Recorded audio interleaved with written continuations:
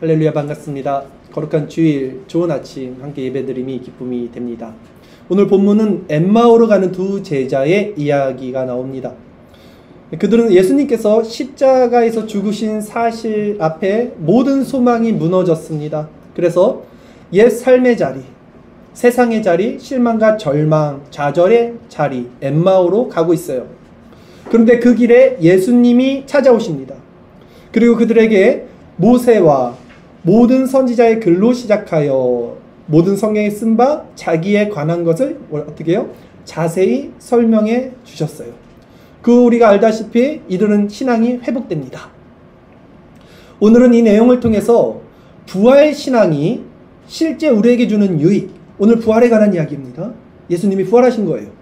이 부활 신앙이 실제 우리에게 주는 유익이라는 제목으로 부활 신앙이 우리에게 주는 그 유익이 무엇인지, 그리고 그 유익이 어떤 원리 가운데 우리에게 적용이 되는지 말씀을 전하겠습니다. 본문 누가복음 24장 13절 14절 2절 말씀 제가 읽겠습니다. 그날에 그들 중 둘이 예루살렘에서 25리 되는 엠마오라는 마을로 가면서 이 모든 된 일을 서로 이야기하더라. 이렇게 시작하죠. 25리 한 10km 정도 될 것 같아요. 어쨌든 이 모든 된 일을 서로 이야기하더라. 이 모든 된 일이 뭐예요? 예수님께서 십자가에서 못 박혀서 죽으신 일. 이걸 얘기하고 있는 거예요. 본문의 두 제자들이요, 예수님이 죽으셨다는 사실에 머물러 있어요. 그것을 이야기하고 있습니다. 그런데 예수님이 부활하셨다는 사실은요, 믿질 못해요. 분명히 들었거든요. 예수님이 살아나셨다는 소리를 여자들에게도 듣고 사람들에게도 듣고. 근데 그것은 믿지 않고요, 죽었다는 사실에 대해서는 이야기하고 있었던 거죠.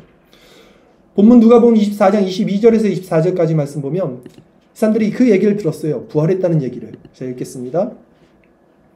또한 우리 중에 어떤 여자들이 우리로 놀라게 하였으니 이는 그들이 새벽에 무덤에 갔다가 그의 시체는 보지 못하고 와서 그가 살아나셨다는 천사들의 나타남을 보았답니다.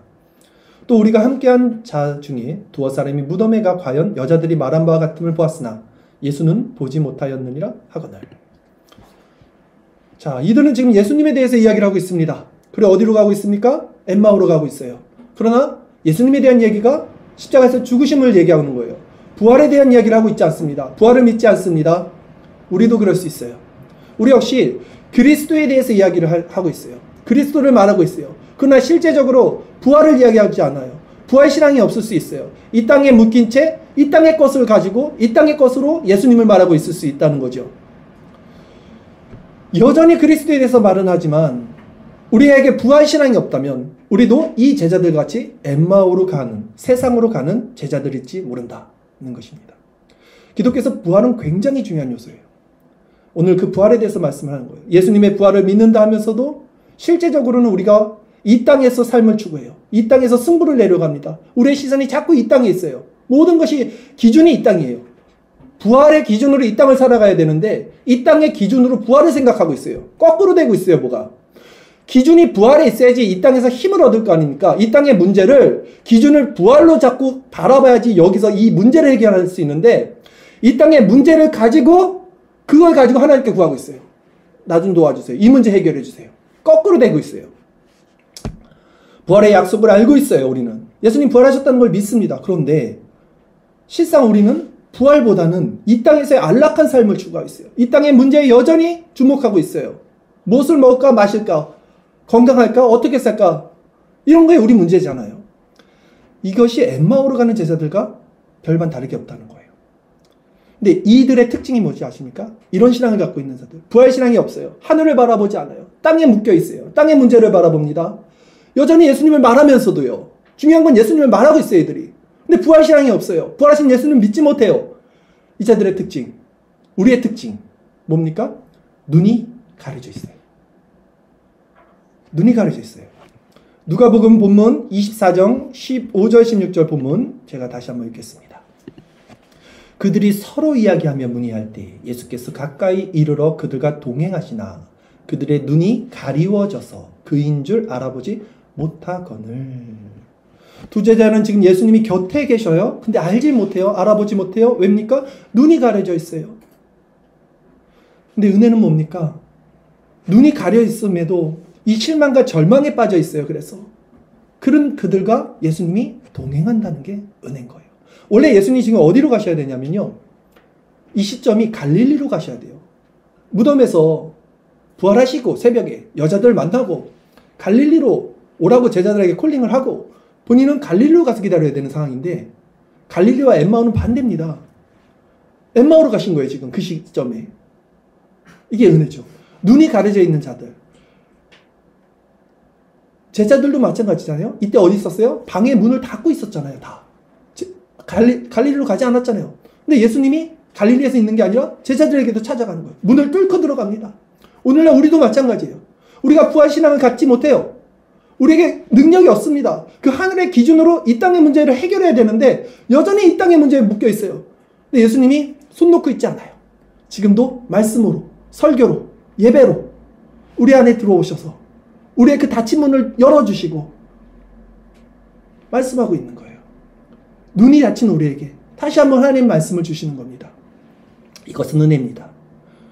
자, 그들이 예수님을 알아보지 못했지만 예수님은 그들과 동행한다는 거예요.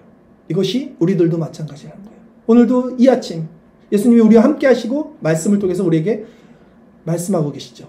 근데 이들이 얼마나 무지한 자들인지 한번 보십시오. 우리가 얼마나 무지한 자들인지 또. 자, 오늘 본문 누가복음 24장 17절에서 21절까지 말씀을 제가 다시 한번 읽어드릴게요. 예수께서 이르시되 너희가 길 가면서 서로 주고받고 하는 이야기가 무엇이냐 하시니 두 사람이 슬픈 빛을 띠고 머물러 서더라. 이 부활신앙이 없는 사람들의 특징은요, 슬퍼요. 그냥 슬픈 겁니다. 이 땅에 기쁨이 뭐가 있겠습니까? 이 땅에 묶여 있으니까 슬픈 거예요. 부활이 없으면 슬픈 겁니다. 그 중에 한 사람인 글로바라는 자가 대답하여 이르되 당신이 예루살렘에 체류하면서도 요즘 거기서 된 일을 혼자만 알지 못하느냐? 자, 재밌지 않아요? 지금 예수님 보고 지금 예루살렘에서 있는 일을 당신 혼자만 모르고 있어요? 지금 예수님 혼자만 알고 있어요, 이 일을. 다른 사람들을 다 모르고 있고 사실은 예수님 혼자만 이 부활의 사실을 알고 있는데 이 사람들은 거꾸로 얘기하는 거예요, 지금. 혼자만 모르고 있다고. 나사렛 예수의 일이니 그는 하나님과 모든 백성 앞에서 말과 일에 능하신 선지자이거늘 우리 대제사장들과 대관리들이 사형 판결에 넘겨주어 십자가에 못 박았느니라. 우리는 이 사람이 이스라엘 속량을 자라 바라노라 이뿐 아니라 이 일이 일어난 지가 사흘째요. 이 사람들은 지금 거꾸로 알고 있어요. 예수님 보고 혼자 알지 못하냐고. 그러니까 이 사람들이 지금 왜 그래요? 눈이 가려져 있다니까요. 예수님만 눈을 뜨고 있는 거죠. 모두가 눈이 감겨 있는 거예요. 근데 예수님은 그들 곁으로 가신 이유가 뭡니까? 그들의 눈을 떠주기 위해서 가신 거예요. 오늘 예수님이 우리 말씀 가운데 우리에게 주시고자 하는 게 뭘까요? 그러면 우리의 눈을 뜨게 하는 거예요. 오늘 설교의 요지는 우리의 눈을 뜨게 하는 겁니다. 그럼 먼저 전제가 필요해요. 내가 눈이 감겨 있다고 이걸 인정하는 자세가 필요한 거예요. 나는 뜨고 있는데 라고 생각하는 사람들에게는 이 말씀이 안 들릴 겁니다. 그러나 내가 눈이 감겨 있구나 라고 하는 자들에게는 예수님께서 말씀을 통해서 우리의 눈을 뜨게 해주실 줄 믿습니다. 예수님이 그들에게 가서 그들의 눈을 뜨게 하신 이유는 또 한 가지가 있죠. 그들이 예수님이 사랑하는 제자들이었기 때문이죠. 예수님은 자기에 속한 자들 한 양도 잃어버리지 않고요. 하나님께 맡겨진 양들을 다 하나님께 올려보냅니다. 그게 예수님의 임무였어요. 요한복음 6장 39절에 보면 이런 말씀이 있습니다. 주일 설교 말씀 구절 제가 읽겠습니다. 나를 보내신 이의 뜻은 내게 주신 자 중에 내가 하나도 잃어버리지 아니하고 마지막 날에 다시 살리는 이것이니라. 예수님은 한 양도 잃어버리지 않습니다. 하나님은 택자를 한 영혼도 잃어버리지 않으십니다. 이것은 하나님의 보증입니다. 이것은 성경이 말하고 우리 신학이 말하고 있는 성도의 견인이에요. 이것이. 예수님은 지금 갈릴리로 가야 하지만 이 영혼들에서 엠마오로 가시는 거예요. 지금도 우리는 마찬가지로 우리도 자주 길을 잃어버려요. 그래서 우리는 자주 세상으로 갑니다. 우리는 자주 하늘의 정체성을 잃어버리고요. 부활의 소망을 잃어버리고요. 세상의 문제에 우리의 시선이 빠지고요. 여전히 잘못된 길을 걸어가고 있어요. 그러나 주님은 우리를 포기하지 않으셔요. 우리를 찾아오시고 또 우리를 권유하시고 회유하시고 말씀으로 다시 우리의 눈을 열어주시기를 원하십니다. 이사야 53장 6절 말씀에 우리의 상태에 대해서 눈먼 자의 상태에 대해서 이렇게 말씀을 하고 있는데요. 그치? 있나요 그쪽에? 네, 제가 한번 읽어드릴게요. 요한복음 6장 39절입니다. 요한복음 6장 39절. 나를 보내신 이 뜻은 내게 주신 자 중 하나도 잃어버리지 않냐고 마지막 날에 다시 살린 이것이니라 읽었죠. 그리고 이사야 53장 6절 말씀입니다. 이거 제가 읽어드릴게요. 우리는 다 양 같아서 그릇 행하여 각기 제 길로 갔거늘 여호와께서는 우리 모두의 죄악을 그에게 담당시키셨도다. 우리는 길을 잃어버립니다. 우리는 자주 세상으로 갑니다. 그러나 예수 그리스도는 우리를 끝까지 찾으시고 하나님은 예수 그리스도께 우리의 모든 죄악을 담당시키셨습니다. 우리가 기도하지 않을 때, 우리가 말씀에서 멀어질 때도요, 우리가 세상을 바라볼 때도요, 우리가 세상으로 나갈 때도 주님은 여전히 우리를 찾아오셔요. 끝없이 우리를 찾아오십니다. 사실 하나님이 우리를 먼저 찾아오시지 않으면요, 우리는 누구도 구원해 이룰 수 없어요. 때문에 우리가 하나님을 찾기 전에 하나님이 먼저 우리를 찾아오시는 것, 이것이 은혜입니다. 그리고 처음부터 지금까지 여러분을 찾아온 그 하나님이요, 한 번도 여러분을 떠나신 적이 없어요. 여러분의 눈이 가려졌을 뿐입니다. 우리의 눈이 가려졌을 뿐이에요. 그래서 우리가 하나님을 보지 못했을 뿐입니다. 예수님을 보지 못했을 뿐이에요. 마치 엠마오로 내려가는 제자들이 예수님을 알아보지 못했단 말입니다. 그러나 그분은 우리를 한 번도 버리거나 우리를 외면하거나 그 시야에서 우리를 놓친 적이 없습니다. 오늘 예수님께서 이 말씀으로 다시 한번 자신을 드러내실 때 그의 죽음과 부활을 우리 심령에 확실하게 믿게 하시고, 그리고 우리도 이제 그 부활에 연합된 자들로 힘차게 그 능력으로 살아갈 수 있는 자들 되게 해주시기를 간절히 원합니다. 근데 여러분, 실제 이 부활이 우리에게 주는 유익이 무엇인지 아십니까? 부활. 뭔가 너무 추상적이죠? 뭔가 막 지금 피부에 와 닿아요? 와, 나는 부활할 거야. 나는 부활을 막 소망하고 있어요. 막 부활이 막 마음속에서 끓어 지금. 그래요?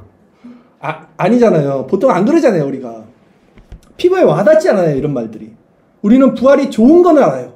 부활할 것을 믿습니다. 근데 실제 이 부활 신앙으로 살아간다는 게 도대체 무엇인지, 이 삶에 어떻게 우리 삶에 적용되는지를 잘 모르고 있을 때가 많죠. 일단 우리는요, 우리에게 이제부터 잘 들으세요. 실질적으로 필요한 것이 무엇인지를 몰라요.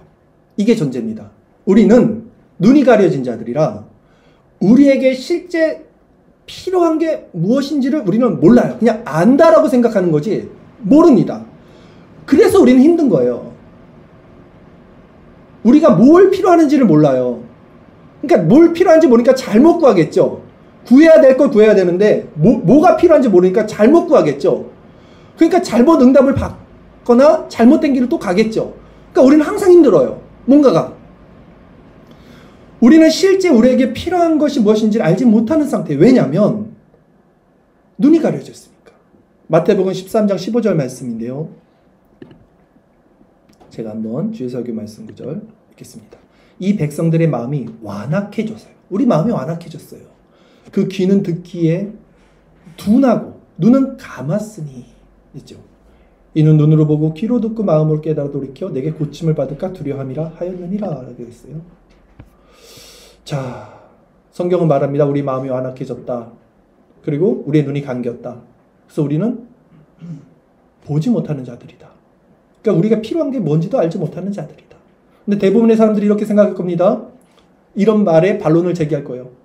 내게 필요한 것을 내가 모른다고? 나 아는데? 지금 내게 필요한 건 돈인데? 지금 내게 필요한 거는 건강인데? 명예인데? 권세인데? 그런 어떤 필요한 게 뭔지를 알고 있어요. 사람들이 알고 있다고 생각해요. 아니에요. 몰라요. 만약에 그렇다면 그들이 필요한 그것을 가졌을 때 그들은 만족해야 합니다. 그들은 더 이상 뭔가를 추구하지 않아도 돼요. 그들은 자유해야 됩니다. 그들의 마음은 평안해야 됩니다. 그런데 그렇지 않잖아요. 우리가 다 알잖아요. 세상을 보면. 더 가진 자들은 더 가지려고 하고요. 그 허한 마음을 채우지 못해요. 만족하는 사람 본 적 있어요? 그렇지 않아요. 결코 그 사람이 얼마나 건강하든 부가 있든 명예가 있든 권세가 있든 그것이 그 사람 마음의 만족과 충만과 평안과 더 이상 뭘 추구하는 마음을 일으키지 않다고요. 참된 평안을 누리지 못하는 게 인간입니다. 그런데 사람들이 그럼에도 왜 스스로 자신에게 필요한 게 무엇인지 안다라고 생각하는지 아십니까? 자신이 눈을 뜨고 있다고 생각하는 거예요. 그게 자신이 지금 본다고 생각하는 거예요. 문제를 보고 있다. 그러니까 그 답을 알고 있다고 생각하는 거예요. 그러나 엠마오로 가는 제자들은 예수님을 보지 못했습니다. 그들은 예수님을 보면서도 예수님을 보지 못했어요. 우리도 마찬가지라는 거예요. 우리도 교회 안에 있습니다. 말씀을 듣습니다. 신앙생활을 합니다. 예수님에 대해 말을 합니다. 근데 우리도 진정 부활이 뭔지, 그거 부활 신앙으로 이 땅을 살아가는 그게 무엇인지, 그 정체성이 무엇인지 알지 못할 수 있다는 거예요. 그래서 우리가 힘든다는 거예요. 문제에 묶여 있으니까 늘. 엠마오로 가는 제자들을 다시 한번 생각해 볼게요. 지금 그들의 마음이요, 식어 있었어요. 이후에 장면이 나오지만, 근데 그들은 자기들의 마음이 식어 있다는 거를요 몰랐어요. 언제 알았는지 아세요? 예수님의 말씀하시고 후에, 말씀하시고 그들의 마음이 뜨거워진 후에야 그들이 그렇게 고백해요. 그 말씀을 들을 때 우리 마음이 뜨거워지는 것을 느꼈다. 그러니까 그 전에는 자신들의 마음이 식어 있었다는 사실조차 모르고 있는 거예요.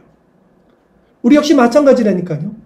우리도 우리에게 진정 필요한 것을 우리가 받기 전까지는 우리가 무엇을 필요로 하는 자인지 모른다니까요. 내 마음이 식어 있는데도 난 괜찮은데요? 나 지금 신앙 괜찮은데요? 아니라니까요. 뜨거운 걸 받으면 그때 알게 되는 거예요. 내 마음이 식어 있었던 거구나. 결국 우리는 우리가 스스로 생각하지 못한 부분에서 뭔가를 받아야 돼요. 우리가 인지하지 못하는 부분, 우리 눈이 감겨져 있으니까 새로운 것에서 뭔가를 큰 기쁨을 우리가 누려야 됩니다. 그래야 그때 나한테 진짜 필요했던 건 이거구나. 내가 몰랐지만 진짜 내게 필요했던 것이 이거구나를 알게 된다는 거예요. 성경에 보면 자신의 병이 낫기를 원하는 사람이 예수님을 찾아가요. 그래서 이 병을 낫게 해주세요 라고 말한답니다. 문제를 보잖아요. 병을 낫게 해주세요. 예수님이 어떻게 말씀하시는지 아십니까? 내 죄 사함을 받았다라고 말씀해요. 실상 우리는 우리에게 필요한 것이 뭔지 몰라요. 우리는 병이 낫길 원하는 거예요. 근데 예수님은 병 나으면 뭐예요? 또 몇십 년 살다 죽을 걸.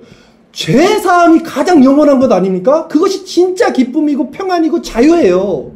근데 우리는 병이 낫길 원한다고요. 우리는 모른다고요. 죄 사함, 그거 말고 병이 낫게 해주세요. 저는 지금 부활에 대해 얘기하고 있어요. 우리는 누구도 부활을 알지 못합니다. 그러면 모르는데 뭘 어떻게 소망할 수 있겠어요? 모르는 것을 어떻게 소망할 수 있겠습니까? 그런데 문제는 우리가 부활에 대해서 알고 있다라고 착각한다는 거예요. 자꾸 내가 보고 있다고 생각하는 거예요. 우리가 볼 수 있는 자라고 생각합니다. 그러나 우리가 부활을 정말 안다면, 우리가 정말 볼 수 있는 자였다면 더 이상 세상의 문제에 우리가 엮여서 힘들어하거나 낭망하거나 그러지 않지 않겠습니까? 여전히 세상의 문제가 우리를 덮고 있고 우리의 시선이 세상에 가 있고 그것 때문에 마음이 위축되고 눌리고 힘들어요. 그러면 이게 부활신앙을 갖지 못했다는 방증이잖아요. 그러니까 부활신앙이 뭔지 우리는 몰라요 일단. 근데 그게 너무 크고 기쁜 겁니다. 그게 오면 더 이상 그 작은 문제는 문제가 되지 않는 거예요. 이 부분에 대해서 말씀을 드릴 거예요. 이제 살면서 우리는 여러 문제 가운데 항상 마음과 생각이 눌려 있어요. 지금 여러분들도 지금 교회 오기 전까지 또 이제 예배 끝나고 집에 가서 한 주가 시작될 때 여러분이 생각하는 건 보세요. 하늘의 소망, 내가 부활할 거야, 이걸 생각하는지, 아니면 세상 것을 문제로 삼고 있는지, 물질의 문제, 가정의 문제, 건강의 문제, 직장의 문제, 관계의 문제, 사업의 문제 등등, 그 문제가 항상 우리 마음을 덮고 있어요. 그래서 우리의 시선은 그 문제를 향하고 있어요. 그 문제를 해결하려고 합니다. 우리가 볼 수 있다고 생각하니까. 그 문제를 해결하는 것이 내게 필요한 거라고 생각해요. 그러니까 문제를 해결하기 위해서 문제를 보고 있어요. 또 세상에 있는 사람들은요 이 방식대로 살아가라고 하세요. 그렇게 살아가는 게 세상이니까. 근데 성도의 삶은 아니라니까요. 성도가 바다 위를 걷는 방법 제가 말씀드렸죠. 바다가 아닌 그리스도를 바라볼 때 바다를 걷는 거예요. 바다는 문제입니다. 문제를 보면 문제에 빠집니다. 문제를 보는 게 아니라 그리스도를 볼 때 바다, 문제를 걸어가는 거예요. 베데스다 38년 병자 사건 아시죠? 베데스다가에 38년 병자가 있어요. 그때 어떤 일이 있었냐면요, 예수님이 그 사람한테 가요. 한번 볼까요? 요한복음 5장 6절에서 8절 말씀인데요. 주일설교 말씀 구절입니다. 예수께서 그 누운 것을 보시고 병이 벌써 오래된 줄 아시고 이르시되 내가 낫고자 하느냐? 병자가 대답하되 주여 물이 움직일 때 나를 못에 넣어주는 사람이 없어 내가 가는 동안에 다른 사람이 먼저 내려가나이다.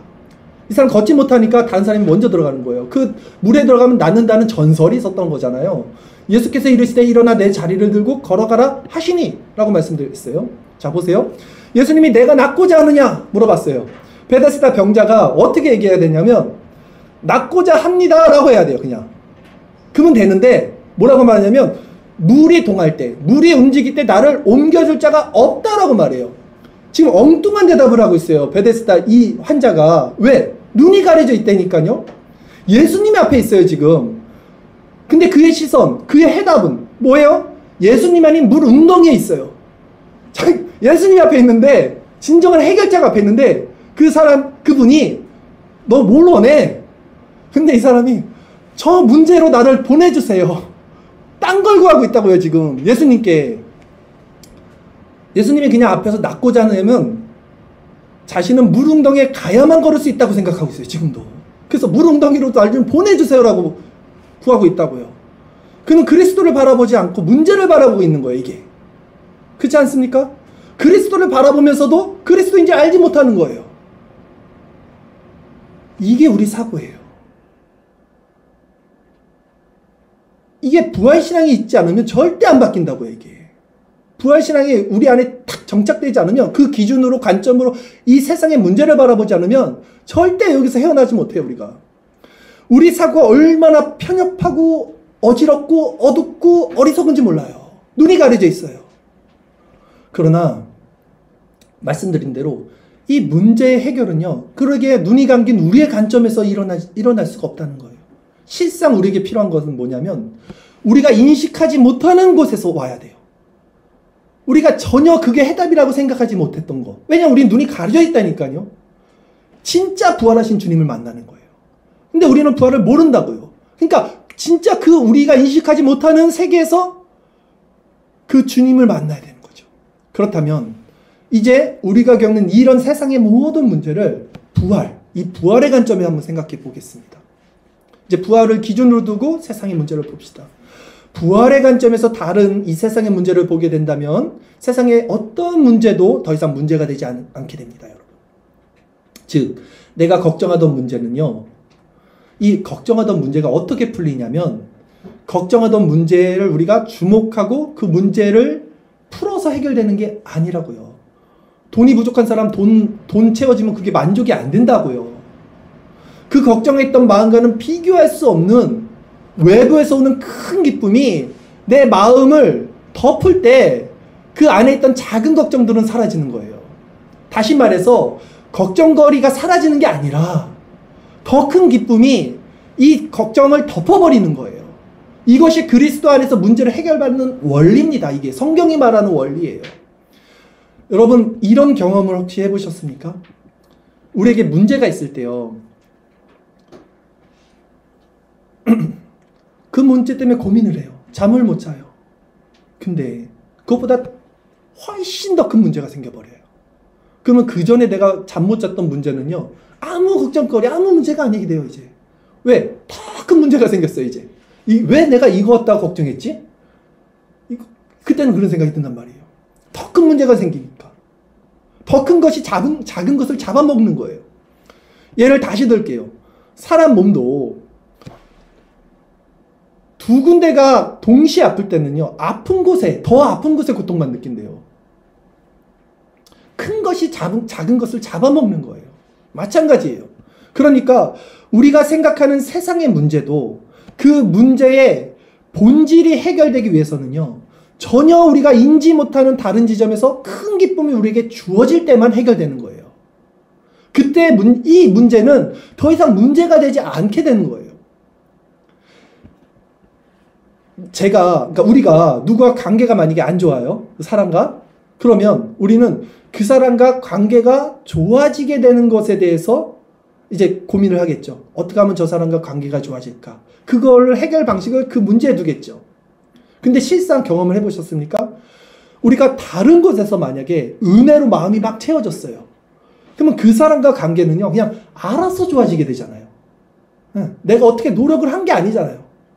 내가 그 사람을 바라보는 관점 자체가 확장되니까, 다른 곳에서 은혜를 받아서 이 마음이 확장되니까 그냥 다 믿지 않고, 그전에는 미워 죽겠는데 이제는 그냥 다 용서되고 사랑스럽고 막 이렇게 되는 거잖아요. 이것이 성경의 원리라니까요. 성경에 나오는 수가성 여인, 제가 말씀드렸지 않습니까? 물동이를 던지고 마을로 갔던 그 여자도 이 여인의 문제는요, 사람의 시선을 두려워했습니다. 사람이 싫었어요. 그래서 사람의 시선이 없는 그 자리에 물동이를 가지고 간 거예요. 근데 문제가 변했으니까, 자, 사람들은 그 여자를 싫어했단 말이에요. 죄인이라고 했단 말이에요. 근데 사람들은 여전히 그 여자를 싫어했을지 몰라요. 싫어했겠죠.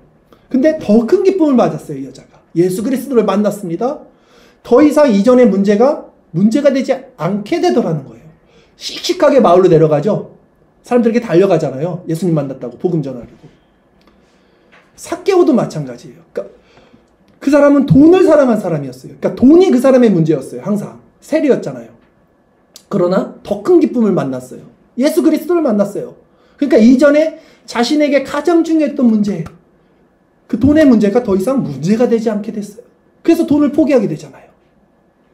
이것이 진정 우리가 이 문제 가운데 우리가 가진 문제를 해결하는 큰 원리예요.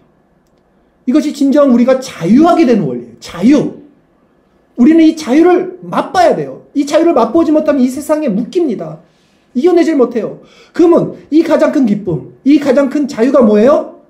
이게 부활신앙이라고요. 응? 이게 기준이 부활신앙이 돼야 한다고요. 이걸 가져야, 이 부활신앙을 가져야 그 안에 있는 이 안에 있는 수많은 문제들, 우리가 문제라고 생각했던 문제들이 더 이상 문제가 되지 않게 된다는 거예요. 그 가장 큰 기쁨, 가장 큰 자유, 부활. 우리가 가져야 하는 이 부활신앙이 그렇게 중요한 거예요. 성도에게는. 주님이 이 부활하심이 내 마음에 정말 믿어지고 그것이 내 부활신앙으로 이렇게 이어질 때 우리 사고에 확장이 일어납니다. 이 세상의 문제를 넘어서 이제 영혼으로, 하나님 나라로 내 정체성이 확장이 된다고요. 그렇게 되면 더 이상 이 100년 미만 기식하며 살아가는 이 땅에서의 문제에 여기에 우리가 묶이지 않게 된다고요. 왜? 확장이 되니까, 하나님 나라로 우리 정체성이 확장이 되니까 당연히 이거 100년, 이거 80년, 이거 영혼에 비하면 아무것도 아니네? 이 관점이 생길 거 아닙니까? 근데 이 자유는요, 세상에는 없어요. 세상은 그냥 하늘 아래, 이 문제가 전부고 이게 세상의 끝이란 말이에요. 그러니까 문제를 해결하려면 문제를 바라봐야 된다고요. 그러니까 이 자유가 없어요, 세상에는. 오직 그리스도에 연합된 부활신앙을 가진 자들만 이 자유를 갖게 돼요. 이 부활신앙을 진정 우리가 갖게 되면 우리는요, 세상이 감당할 수 없는 천하무적이 됩니다. 그래서 세상이 감당할 수 없다라 그래요. 이걸 가진 사람들을, 이 부활신앙, 아니 톱에 켜고 사자굴에 던지고 히브리서 보면 막 그런데도 왜 그럽니까? 그 사람들이 부활신앙이 있으니까. 그걸 정말 믿는 거예요, 이 사람들이. 그러니까 그렇게 할 수 있는 거 아닙니까? 자, 주님이 부활하심이 자, 그러면 여러분, 그래도 아직 부활이 아직 느껴지지 않는데요? 좀 너무 멀리 있는 것 같고 아직 그런데요? 이럴 수 있어요, 우리가. 근데 그 부활이 멀지 않다는 걸 말씀드릴게요. 부활은 우리 코끝에 있어요. 코에 숨이 있듯이 숨이 끊겨지는 순간 우리는 부활과 맞닿습니다. 우리가 죽으면 우리 숨이 끊겨지고요, 우리는 땅에 잠들 겁니다. 죽습니다. 그리고 우리 영혼은 즉시 낙원으로 갑니다. 아니 음부로 가겠죠. 그때부터는 시간의 개념은 사라지겠죠. 그러나 이 세상 시점에서 보면 우리가 죽어요. 그리고 잠들어요. 다시 이어지는 시간이 바로 시작입니다. 재림이에요. 심판이에요.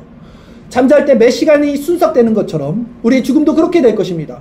그런 측면에서 부활은 우리 코끝에 있어요. 죽음 즉시 부활이 일어난다는 거예요. 죽었는데 바로 눈이 떠지는 거예요. 그러면 재림, 심판, 아니면 천국, 우리 앞에 있을 겁니다. 멀지 않는다고요, 이 죽음이. 이 부활이. 그 부활 때 그리스도와 같이 변화될 우리 몸과 우리 영혼을 상상해 보십시오.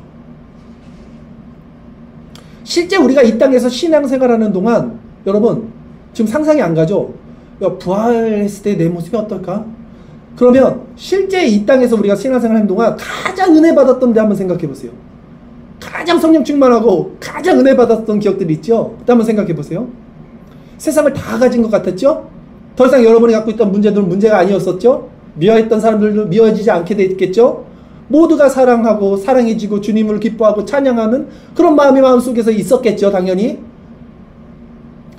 부활은요, 그때 여러분이 느꼈던 그것과 비교할 수 없는 그때 그것만으로도 평생 우리가 하나님을 믿고 하나님을 따르고 지금 살아가는 거잖아요. 그거 한 번 기억으로도 사람은 평생 주님을 벗어나지 못해요. 그게 너무 좋으니까, 너무 좋았으니까. 근데 그것과 비교할 수 없는 그 영화된 그 거룩한 모습, 그것으로 변화되는 게 부활이라고 생각하세요. 그리고 그런 자들이 나만 있는 게 아니라 거기는 다 그런 자들만 있어. 다 하나님을 아는 자들, 하나님을 높이는 자들, 주님을 찬양하는 자들, 그리스도 말미암아 은혜 가운데 있는 자들, 그리스도만 높이는 자들, 그 자들이 모이는 곳이에요. 멀리 있지 않다고요. 그게 하나님 나라예요. 여기는 훈련 장소. 거기 가기 위한 훈련 장소. 예? 모형. 하나님 나라 모형. 지금 훈련하고 있는 거예요. 맛봐야지 갈 거 아닙니까? 여기서. 성도는 이것이 실제가 돼요. 그 시민권의 정체성으로 그 기준으로 이 땅을 살아갔을 때 많이 힘을 가져요. 그때 많이 모든 문제를 이겨낼 수 있습니다. 우리 눈이 떠지기만 한다면 지금도 이 은혜를 누릴 수 있어요. 그리고 골로새 3장 1절에서 5절 말씀입니다. 그러므로 너희가 그리스도와 함께 다시 살리심을 받았으면 뭐예요? 위의 것을 찾으라. 기준을 하늘에 두시라고요. 거기는 그리스도께서 하나님 우편에 앉아 계시느니라. 위의 것을 생각하고라 그래요. 땅의 것을 뭐예요? 생각하지 마라. 문제를 바라보지 마시라고요. 문제 함몰되지 마시라고요. 이는 너희가 죽었고 너희 생명이 그리스도와 함께 하나님 안에 감춰졌습니다. 우리 생명이신 그리스도께서 나타나실 그때에 너희도 그와 함께 영광 중에 나타나리라. 그러므로 땅에 있는 지체를 죽이라. 곧 음란과 부정과 사욕과 악한 정욕과 탐심이니 탐심은 우상숭배니라. 아멘. 자, 여기서도 되게 중요한 원리를 한번 설명드릴게요. 지금 뭐라 그럽니까? 하늘의 정체성으로, 하늘을 기준으로, 하늘을 바라보며 살아라. 그렇게 말하고 후반절에 뭐라 그래요? 그러므로 땅에 있는 지체를 죽이라 그러죠. 음란, 부정, 사욕, 악한 정욕, 탐심, 우상숭배. 근데 우리가 이 땅에 있는 지체를 어떻게 죽여요? 음란, 부정, 문제를 보면서 문제를 해결할 수 없다고 그랬죠, 제가. 음란한 생각하지 말아야지. 음란한 생각하지 말아야지. 음란한 생각이 사라지지 않습니다. 음란한 생각이 사라지지 않아요. 저 사람 미워하지 말아야지. 저 사람 미워하지 말아야지. 그걸로 그 사람이 미워지지 않게 되지 않아요. 무슨 말이에요? 하여튼. 그래요. 문제보다 더 큰 기쁨을 받을 때라 그랬잖아요. 부활신앙의 정체성을 살아갈 때 이게 이겨지는 거예요. 그러니까 하늘을 바라보고 하늘의 기준으로 하늘을 우리가 받고 그 정체성을 살면 그러므로 땅에 있는 지체가 죽여진다는 얘기예요. 이겨지는 거예요. 자, 그러니 이 부활신앙이 얼마나 중요합니까? 이것이 우리에게 정말 필요한 겁니다. 이게 얼마나 우리가 소망해야 되는 거예요? 다른 건 다 포기해도 이 부활신앙을 잊어버리면 안 돼요. 우리 교회는요, 이 부활을 맛보는 교회로 하나님이 세워주셨어요. 우리 교회 이름이 뭐냐고요? 나비교회가 뭐예요? 자기 부정과 부활신앙이에요. 남들이 무섭대요, 이름이. 신학교에서도 이거 보더니 신학생들도 무섭대요. 그게 무슨 교회냐고. 왜 무서워요? 뭐가 무서워요? 부활할 거 아닙니까? 성경에 말하는 거 아닙니까? 근데 자기 부정이 있어야 부활이 되죠. 우리는 이 슬로건 자체가 부활신앙이에요, 여러분. 이게 천국의 모형이라고요, 우리는. 부활을 소망하는 사람들이 이곳에 모이는 거예요. 그러니까 훈련을 하셔야 돼요. 우리가 부활할 것이고 우리 이분들 만날 겁니다. 천국에서 반드시 만날 거예요. 우리의 의와 공로 아닙니다. 오직 그리스도 오늘 보셨죠? 포기하지 않고 엠마오로 가시는 그분, 포기하지 않고 방을 뚫고 들어가시는 그분이 반드시 우리를 예루살렘으로, 반드시 우리를 갈릴리로 세우시고 오직 주님만 남게 만들어서 우리를 다 인도하실 거예요. 이걸 분명히 붙잡으셔야 돼요. 끝까지 그리스도를 바라보셔야 돼요. 그러니 그 마음으로 이곳에 모인 형제들 자매들을 우리 어떻게 대해야 돼요? 천국에서 만날 거를 훈련을 하셔야겠죠. 나보다 남을 낮게 여기고 이웃을 사랑하고 섬기고 지체들 공격을 하고 믿음이 강한 사람은 약한 사람을 없인 여기지 말고 믿음이 약한 사람은 믿음이 큰 사람들 함부로 하지 말고 서로 이렇게 존중하고 우애 있게 인내하고 참아주고 그렇게 합시다. 훈련을 합시다. 훈련을. 에? 아멘을 하세요 다. 그래요. 자, 이방인들처럼 살지 말라고요. 이 나비교회에서 부활신앙을 갖고 있는 사람들이 뭘 먹지? 뭘 마시지? 그런 오염된 생각들을 가지고 또 누룩같이 만들지 말라고 이곳을. 먹고 마시고 장가들고 시집가고 성경에 나오잖아. 그런 정체성으로 가진 사람들 멸망한다니까요. 홍수가 날 때. 마태복음 24장 37절에서 39절입니다. 성경은 우리에게 이렇게 말씀하십니다. 노아의 때와 같이 인자의 임함도 그러하리라. 홍수 전에 노아가 방주에 들어가던 날까지 사람들이 뭐예요? 뭐 하고 있어요? 사람들은 먹고 마시고 장가들고 시집가고 있으면서 홍수가 나서 그들을 다 멸하기까지 깨닫지 못해요. 눈이 가리워져 있어요. 인자의 임함도 이와 같으리라.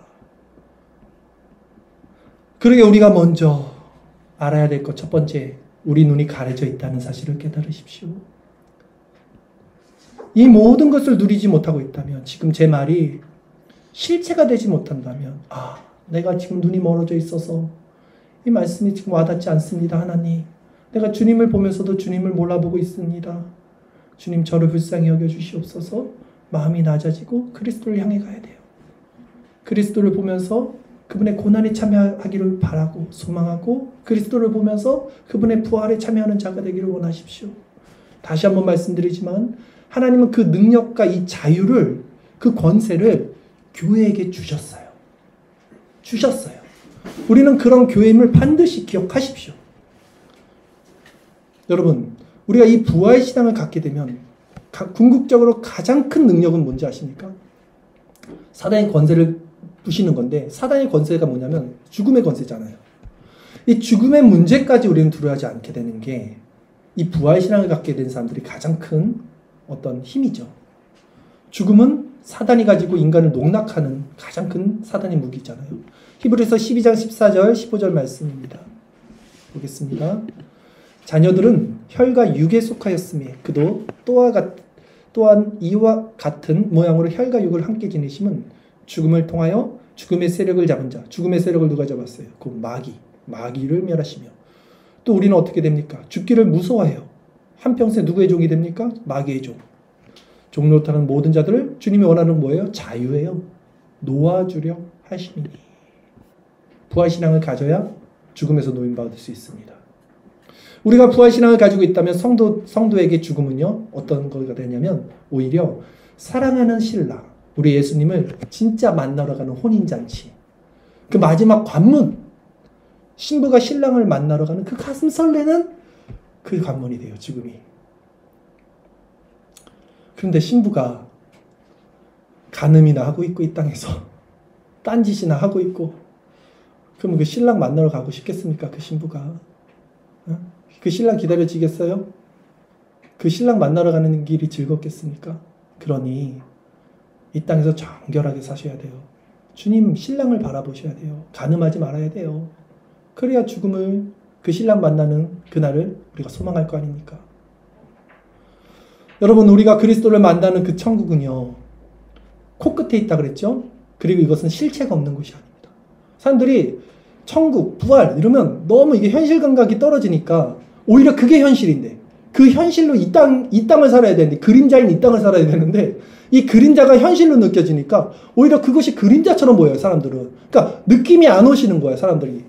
근데 천국은요, 실체가 없는 곳이 아니에요. 그것은 육체가 없는 곳이 아니에요. 이 육체가 있다고요. 완전해진 육체. 그러나 그것은 풀과 나무와 꽃이 있어요. 그런 게 없는 곳이 아니에요. 근데 완전한 자연세계. 그래서 새로 이 땅에서 없었던 게 뭐 갑자기 생기는 게 아니라 갱신이라고요. 갱신. 에덴의 동산 아시잖아요. 하나님 만들었던 창조. 그것에 더 완전한 세계로 갱신되는 거지. 뭐 새로운 세계로 가는 게 아니에요. 실체가 없는 곳이 아니라고요. 땅도 있고 육체도 있고 나무도 있고 산도 있고 풀도 있고 새도 있고 다 있을 겁니다. 과일도 있잖아요. 우리는 부활하면요, 그 땅에서 사는 거예요. 실제 땅에서. 다만 그곳에 없는 게 있어요. 그것은 우리를 그렇게 힘들게 했던 죄가 없어요. 우리가 그것 때문에 너무 고통스러웠는데 그 죄가 없으니 뭐가 없어요? 눈물이 없어요. 이제 악이 없어요. 미움도 없어요. 실제 그 상태로 사는 거예요. 상상만으로도 지금 속된 말로 미칠 것 같지 않습니까? 실제 그렇게 사는 거예요.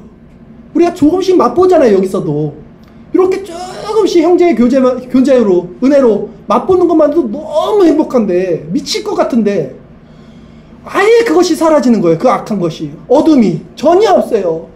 그것은 낮과 밤이 없어요. 그것은 항상 해가 있어요. 왜? 하나님이 해예요. 하나님이 우리를 비춰주고 있어요.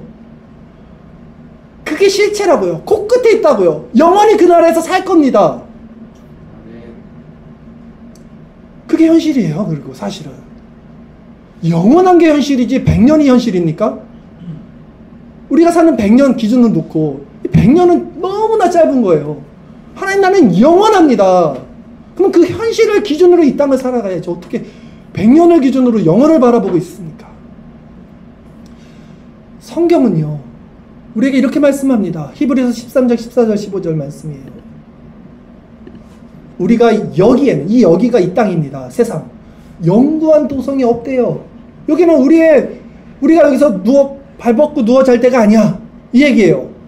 우리는 장차 올 것을 찾나니 그러므로 우리는 예수로 말미암아 항상 찬송의 제사를 하나님께 드리자. 이는 그 이름을 증언하는 입술의 열매니라. 우리는 하나님 나라가 우리의 본향이죠. 그 나라를 소망하죠. 그 나라에 갈 겁니다. 그러니까 이 땅에서는 즐겁게 노래 부를 수 있는 거예요. 거기가 우리 집이니까. 성경은 이같이 여기에는 영원한 도성이 없다, 장차 올 것을 찾는다 말합니다. 이 부활신앙이요, 이 내세적 신앙, 이 종말론적 신앙, 이걸 가진 자들은요, 그럼 이 땅에 남아있는 동안 이제 보세요. 하늘의 정체성으로 사는 사람들이 남아있는 인생, 우리 인생 몇십 년 되죠? 이 땅을 이제 어떻게 살까? 오늘 읽었던 히브리서 13장 14절 15절 읽었는데 16절에 이어서 나와요. 그 사람들은 이 땅을 어떻게 사는지. 16절 제가 있습니다. 오직 선을 행함과 서로 나누어 주기를 잊지 말라. 하나님이 이 같은 제사를 기뻐하십니다. 이들은 어떻게 살아요? 선을 행하고요, 나누어 주면서 살아요. 왜? 여기 자기 청직이니까. 여기 내가 발 뻗고 누워서 내 재산이 아니니까. 잠깐 살다 갈 것이니까. 내 소유가 아니니까. 그 자들만 이렇게 살 수 있어요. 정말 그 하늘의 정체성을 가진 자들만 이렇게 살 수 있어요. 말은 그렇게 하는데, 나 이 재산 못 버리지. 그래도 여기서 나 살아야지. 나도 먹고 살아야지. 그 정체성은 땅에 있는 거예요. 땅의 것 생각하는 거예요. 그리고 이 성도들은요, 이 세상을 이렇게 사는 게 행복이라는 걸 알아요. 근데 제가 지금 이렇게 말씀드렸지만 여러분 또 이게 말이 지금 와 닿아요? 남들 다 퍼주고 돕고 나그네처럼 거리민처럼 이방인처럼 살다가 천국 가야지 막 이런 마음이 올라옵니까 지금? 이게 좋은 말인 건 아는데 이게 이상하게 잘 안 될 것 같은 거예요 지금 뭔가가. 그리고 속으로 어떤 사람들이 이렇게 생각할 거예요 분명히. 야, 누가 그렇게 살아? 저거 참 말만 저렇게 하지, 지는 저렇게 사나? 거의 모든 자들이 이 말씀을 마음으로 받고 믿음을 통해서 이 부활신앙으로 살아내지는 못해요. 그리고 오히려 이렇게 전하는 사람을 뭐라고 하겠죠. 뒤에서 대적하겠죠. 성경을 어떻게 저렇게 극단적으로 보지? 이 땅의 삶도 중요한 거 아닌가? 하나의 일반 은총도 주는데 모든 말이 다 합리화시킵니다. 왜?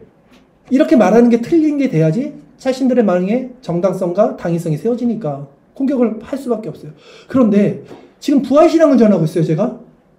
이 부활신앙을 전하는 게 하나님 말씀에 있어요. 근데 하나님은 다 알고 계세요.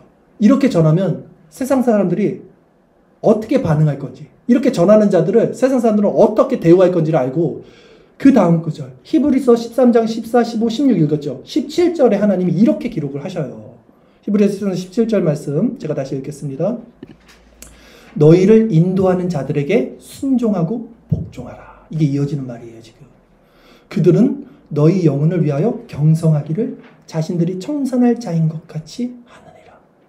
그들로 하여금 즐거움으로 이것을 하게 하고 근심으로 하게 하지 말라. 그렇지 않으면 너에게 유익이 없느니라. 지금 너희를 인도하는 자들이 있는데 이 사람이 지금 뭘 전하고 있어요? 이것을 하게 하라 그랬어요. 이것이 뭐예요, 지금? 부활을 전하는 거예요. 이 땅에는 도성이 없어요, 여러분. 저 하늘의 도성을 가지고 이 땅에선 주님을 찬양합시다. 이게 히브리서 14, 15절이에요, 지금. 이걸 전할 때, 저 사람은 왜 저렇게 전하나? 그러면 제가 근심이 되잖아요. 근심하게 하지 말라고요. 그러면 너희에게 유익이 없다잖아요, 너희에게.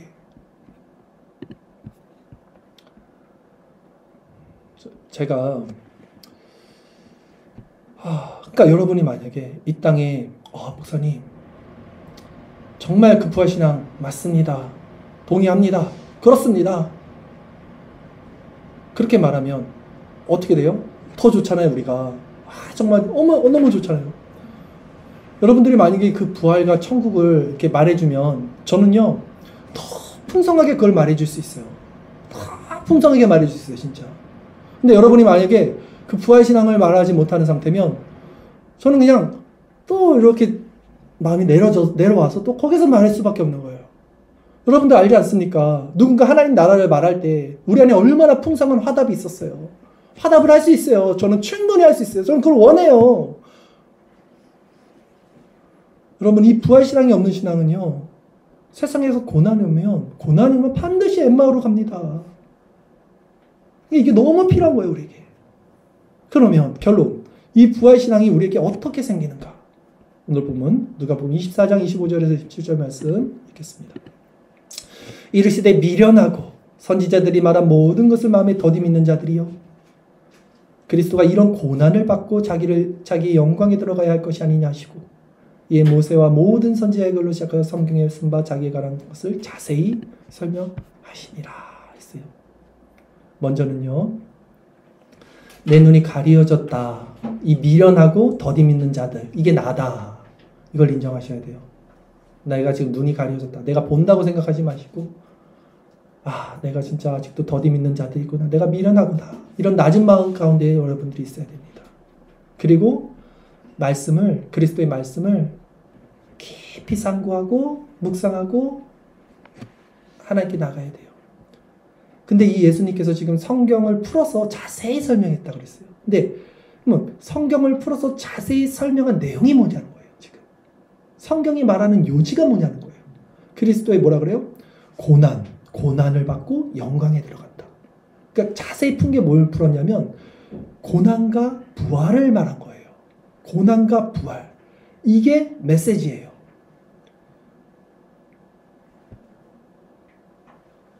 그 그리스도의 부활이 우리에게 믿어져야 되고요. 그리고 그 부활이 나의 부활이 되기를 간절히 소망해야 돼요, 여러분. 그래서 그 기준으로 살아가기를 간절히 소망해야 돼요. 나아가서 이 세상에 하나님보다 더 좋은 것이 없어야 돼요. 이 세상에 하나님보다 더 좋은 것이 있다면 그것을 끊어내고 버리는 결단도 있어야 됩니다. 오늘 본문과 동일한 내용을 담고 있는 평행구절이 마가복음인데요. 이게 2절밖에 없어요, 마가복음은. 이거를 간단하게 설명했는데 굉장히 중요한 요소가 있어요, 여기도. 마태복음 16장 12절 13절이에요. 그 후에 그들 중 두 사람이 걸어서 시골로 갈 때 예수께서 다른 모양으로 그들에게 나타나시니 두 사람이 가서 남은 제자들에게 알리었을 때 역시 믿지 아니하니라 했어요. 짧게 마가복음은 기록하는데 여기서 어떤 말씀이냐면 예수께서 다른 모양으로라고 그랬어요. 다른 모양으로. 지금 우리에게 누가복음에서는 그들의 눈이 가리워져서 예수님 못 알아봤고요. 마가복음에서는 예수님이 다른 모양으로 가셔서 그들이 못 알아봤다 그랬어요. 자, 오늘도 예배 자리에 이 성경 말씀 설교를 통해서 주님은 다른 모양으로 말씀하고 계시는 거예요. 목사의 입술을 통해서, 여러분 안에 성령을 통해서 주님은 지금도 다른 모습으로, 그러나 그 주님이, 그 엠마오에 있던 그 주님이, 그 동일한 주님이 지금도 말씀하고 있어요. 동일한 말씀을 하고 있어요. 그러니 여러분, 그리스도가 고난을 받고 다시 십자가에 지고 그리고 부활한 사실을 받아들이십시오. 이것을 믿으십시오. 그 사실이 우리 심령에 깨달아지기를 간구하십시오. 그래서 우리 닫혀진 눈이 열리고 그리스도를 바라보게 될 때 우리도 부활할 것을 믿고 또한 그 부활의 능력으로 실제 이 세상을 살아가는 자들이 되게 하시기를 간절히 바랍니다. 이제 말씀을 결론적으로 정리하겠습니다. 사랑하는 성도 여러분, 지금 여러분은 어디를 향해 걷고 계십니까? 이 인생의 길에 어디쯤, 어디를 향해 걸어가고 계셔요? 만약 엠마오를 향하고 있다면 부활하신 주님이 지금 이 시간에도 우리를 찾아오셨음을 기억하셔야 돼요. 그분이 지금도 우리의 더디 믿는 이 믿음을 책망하고 있어요. 근데 이 책망은 나쁜 책망이 아니에요. 좋은 책망이에요. 이 세상에 시선을 두고 살아가는 우리를 책망하고 있어요. 이 세상에 문제를 두고 있는 우리를 책망하고 있어요. 눈이 가려진 우리를 책망하고 있어요. 그러나 이것은 사랑입니다. 그분은 끝까지 우리를 포기하지 않으시는 거예요. 주님이 진정 우리에게 말씀해주고 있는 이 성경, 이 사실, 이 핵심, 주님이 진정 부활을 통해서 우리에게 주고자 하는 우리가 모르는 큰 기쁨, 이게 뭔지 아십니까? 자유예요, 자유. 근데 우리는 몰라요, 지금. 나 자유한데요? 아니요, 자유하지 못하다니까요. 주님이 진짜 우리에게 주고 싶은 거, 근데 우리가 인지를 못하는 거, 근데 정말 우리에게 필요한 거, 이것만 있으면 우리가 이제 살만 나는 거, 힘차게 살아갈 수 있는 거, 자유입니다. 능력이고 소망이고 기쁨이고 사랑이고 충만이에요. 이게 종말론적 신앙과 내세 신앙, 부활 신앙이에요. 우리는 눈앞의 문제들만 바라보죠. 우리는 세상의 문제들에 늘 눌려서 살고 있습니다. 그래서 슬퍼합니다. 그래서 엠마오로 갑니다. 그래서 자유하지 못합니다. 그래서 늘 고통 가운데 살아갑니다. 그러나 성경을 믿는다면, 성경에 나와 있는 그리스도의 부활을 믿는다면, 그 부활이 나의 부활임을 믿는다면 우리 역시 이 문제 넘어 부활의 영광으로 주님을 바라봄으로 이 땅을 힘차게 살아갈 수 있게 됩니다. 오늘 이 말씀을 통해서 그리스도에 대해 말하면서도 여전히 그 발걸음은 세상을 향하고 있는 그런 눈먼 그런 엠마오로 가는 제자들 되지 마시고요. 그 하나님 나라의 정체성으로 살아가는 자들이 되십시오. 기억하십시오. 우리 안에 회복되어야 할 신앙의 본질은 부활 신앙이에요. 우리가 가지고 있는 문제는 부활이에요. 모든 것을 이기림은 이 부활 신앙에 있습니다. 성도에게 주어진 이 자유함은 부활 신앙에 있습니다. 부활 신앙만이 모든 것을 이겨요. 이 땅에 일어나는 모든 일들, 마귀의 일들까지 이길 수 있는 것은 오직 부활 신앙밖에 없습니다. 그리고 그것을 주님이 이루셨어요. 그 주님이 우리를 끝까지 포기하지 않으십니다. 마지막 날 우리 모두 부활할 자로 반드시 주님이 세워주실 것이고 이 땅에서도 살아가는 동안 그 부활 신앙의 정체성으로 하나님은 지금도 교회를 이끄시고 세우시고 오늘도 피곤하고 절여있고 낭망된 우리의 마음을 찾아와서 두드리시고 부수고 들어가셔서 엠마오로 가려는 그 발걸음을 돌리시게 하시는 거예요. 이 시간에도 그리스도를 바라보게 하시는 거예요. 하늘의 소망을 두십시오. 그 영원한 도성을 소망하십시오. 그럼 우리는 세상이 감당하지 못하는 자들로 이 땅에서 모두를 사랑하시고 빛과 소금의 역할을 감당하시고 주님의 나라와 교회를 세우시는 저와 여러분 되실 줄 믿습니다. 끝으로 빌립보서 3장 18절에서 21절 말씀 우리 같이 읽고 예배를 마치도록 하겠습니다. 우리 이 말씀을 같이 읽겠습니다. 시작. 내가 여러 번 너희에게 말하였거니와 이제도 눈물을 흘리며 말하노니 여러 사람들이 그리스도의 십자가의 원수로 행하느니라. 그들의 마침은 멸망이요 그들의 신은 배요 그 영광은 그들의 부끄러움에 있고 땅의 일을 생각하는 자라. 그러나 우리의 시민권은 하늘에 있는지라. 거기로부터 구원하는 자 곧 주 예수 그리스도를 기다리노니 그는 만물을 자기에게 복종하게 하실 수 있는 자의 역사로 우리의 낮은 몸을 자기의 영광의 몸의 형체와 같이 변하게 하시리라. 아멘.